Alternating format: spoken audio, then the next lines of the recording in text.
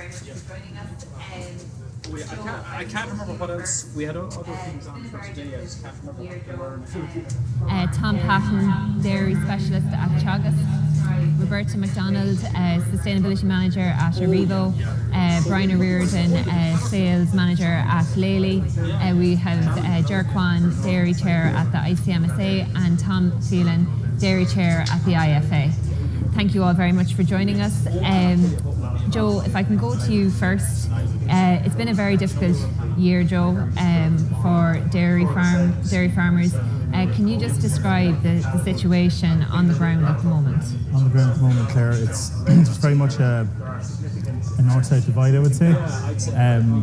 Sort of north of the site here, and that area, the sort of Ulster and North Leinster, Connacht area, has really improved in the last few weeks. A lot of crops taken, a lot of silage made, and most people have closed the gap significantly in terms of their winter feed. Further south and maybe more into Coleman's locality, things are a lot tougher. And I mean, there has been a lot of money spent already on feed, but there are significant gaps in winter feed budgets.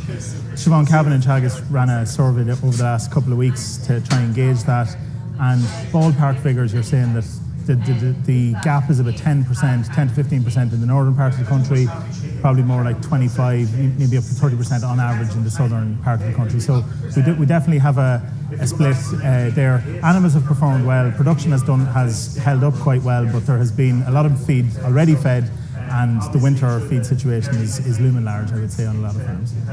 And there's a lot of talk out there at the moment, Joe, that we have too many cows. Is that the case? Have cow numbers changed? Cow numbers have changed. Cow numbers have certainly changed since. It depends on the timeline you want to take, really.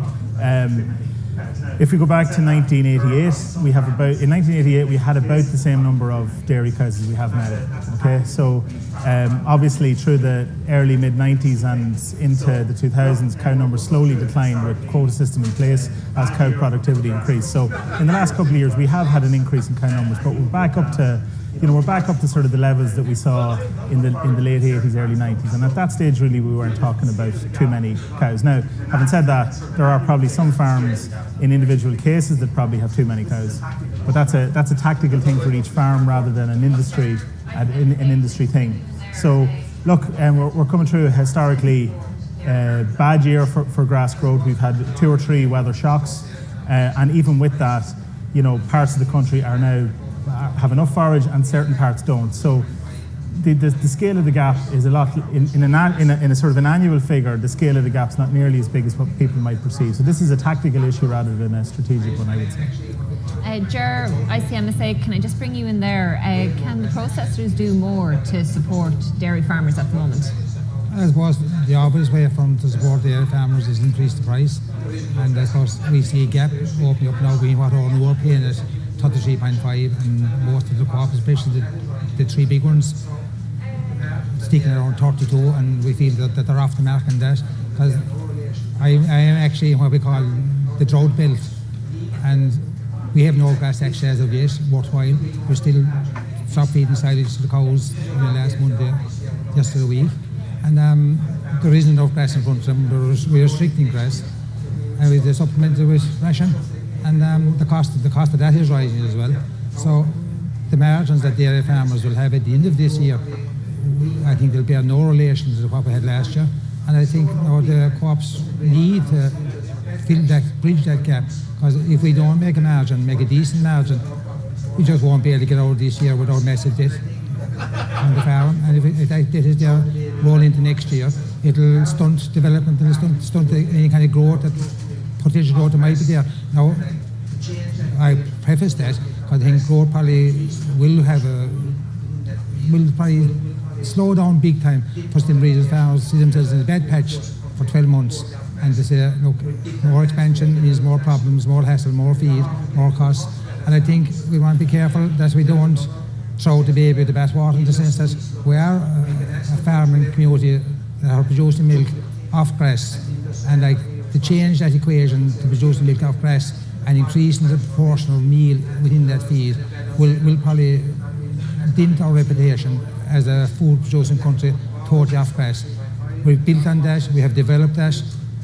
We're not always getting the return for that as farmers, And I think there is another place where the industry needs to look at.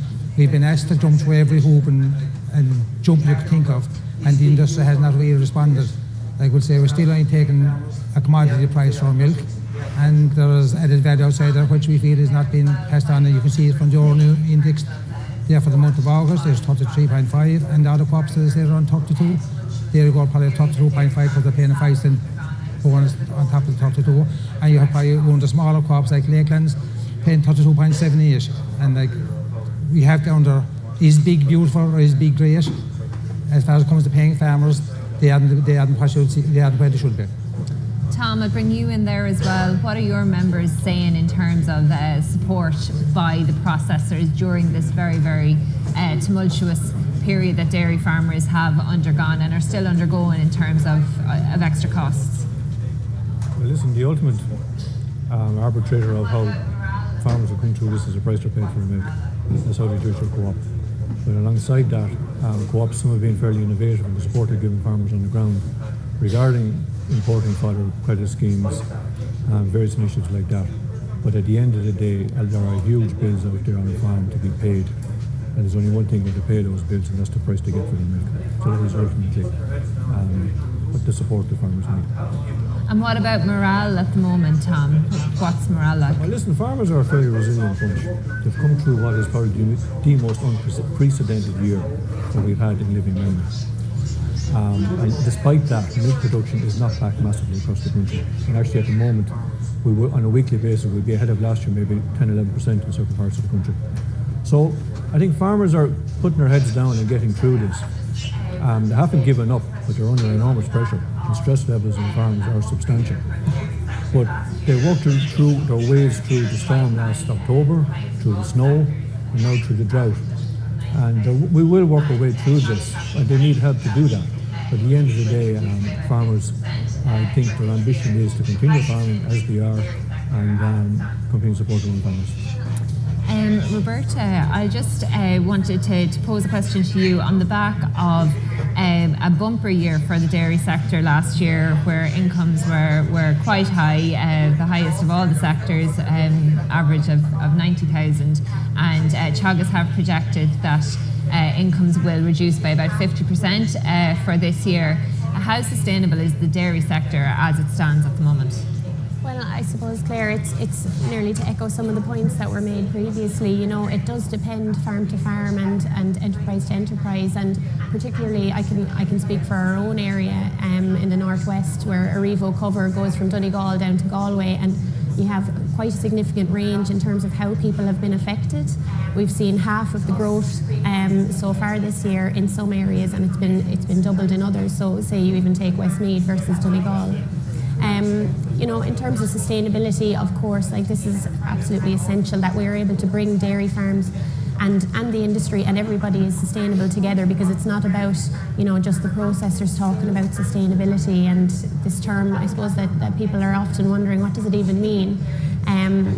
To us, really what sustainability is about is basically common sense, trying to make an income for farms that will also be able to support, I suppose, the economy. The cooperative will be able to pay a better price around them, because if we don't start and if we don't continue to improve farm incomes, but also farmer confidence, skills and management on their farms, you know, that will have knock-on effects on the amount of people who are going to stay in the dairy industry. And you know, even what Joe would see through Teagasc as well, trying to get younger people involved in the whole process is essential to keep that new blood, keep that interest and keep the skills going on farm, because if we don't have it as a vibrant and, you know, an income, a decent income coming out of farming, we won't have young people coming into it. So, you know, definitely for the northwest of the region, it's essential that we have, I suppose, that as a key part of our strategy going forward.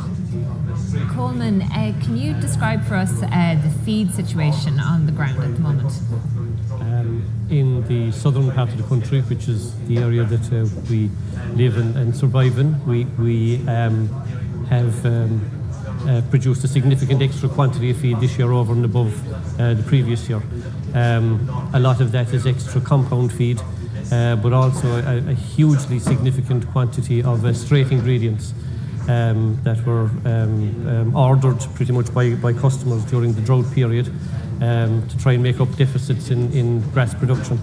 And I think what we've seen in the Dairy Gold area has been pretty much mirrored throughout the country. Possibly, maybe not so much in the northwest, where grass growth was probably best. But certainly in the southern part of the country, there's been very, very significant increases in compound feed production and in straight sales. And it didn't come without some problems earlier in the period. There were issues with supply of raw materials coming into the country, because the level of demand and the speed at which it came upon us was pretty much unprecedented. And I think what a lot of people learned at the time is that you don't just pick up the phone and tomorrow morning a shipload of, let it be palm kernel from Indonesia or beet pulp from the US or whatever. It doesn't just arrive on our shores. There is a lead time, and in fact palm kernel was one of the ingredients that became temporarily very scarce. And of course there is a 3-month shipping delay in getting that from the Malaysia, Indonesia part of the world from which it comes to our shores. But thanks be to God, since then I think the industry, generally speaking, has contracted a lot of raw material, and we can't predict what the demand will be over the winter, but we certainly have a lot of it contracted, and I'd be hopeful that we'd be able to keep pace with any demand now over the winter period. And Brian, if I can bring you in on just the huge growth in innovation and automation in the dairy sector, can that play a significant role in the future to help dairy farmers deal with such situations as the one they're dealing with at the moment?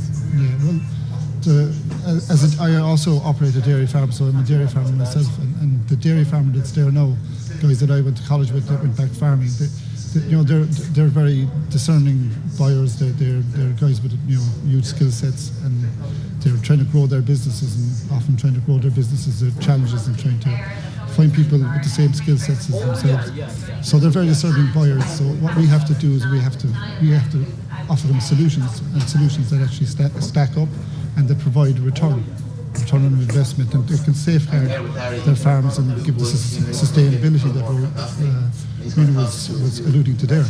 So yeah, we think that technology can offer those some sustainability there. Well, we'll leave it there. That's all we have time for. Thanks very much to all our panel for joining us, and we'll catch up with Niall now, who's out talking to people.